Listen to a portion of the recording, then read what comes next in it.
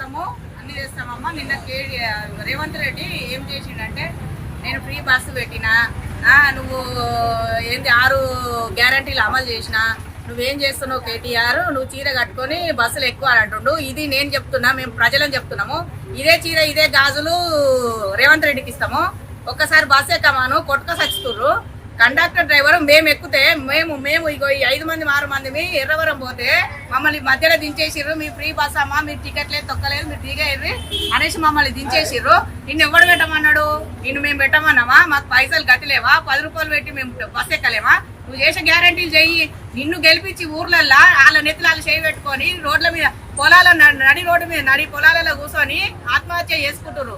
నువ్వేం చేస్తున్నావని నువ్వు ఇవాళ కేటీఆర్ ని చీర కట్టుకోమంటున్నావు? డ్రైవర్ కండక్టర్లు మహిళలంటే మేము టికెట్ తీసుకుంటుంటే మహిళలంటే ఒక విలువ ఇచ్చి మేము ఏడ రోడ్డు మీద నిలబడ్డా మహిళలు కదా అని ఆపిరు. ఇవాళ నువ్వేం చెబుతున్నావో ఒక్క బస్సు చక్కగా బస్సులే ఉంటలేవు. ఏదో 10 బస్సులలో ఒక 2 బస్సులను పంపిస్తున్నావు. ఆ 2 బస్సులలో ఆడు మహిళలను చూస్తే అసలే ఆపుతలేడు, మగవాళ్ళని చూస్తే ఆపుతుండు. వాళ్ళు మేము ఎవడు పెట్టమన్నా నిన్ను? నీ అయ్యా జాగిరా, మేము పెట్టమని అనలే నిన్ను. నువ్వు బస్సు ఎక్కు, ఒకసారి నువ్వు బస్సు ఎక్కితే ఇవి పెట్టుకొని నువ్వే బస్సు ఎక్కు. నువ్వు సీఎం లెక్క కాదు, ఇవి పెట్టుకొని బస్సు ఎక్కు.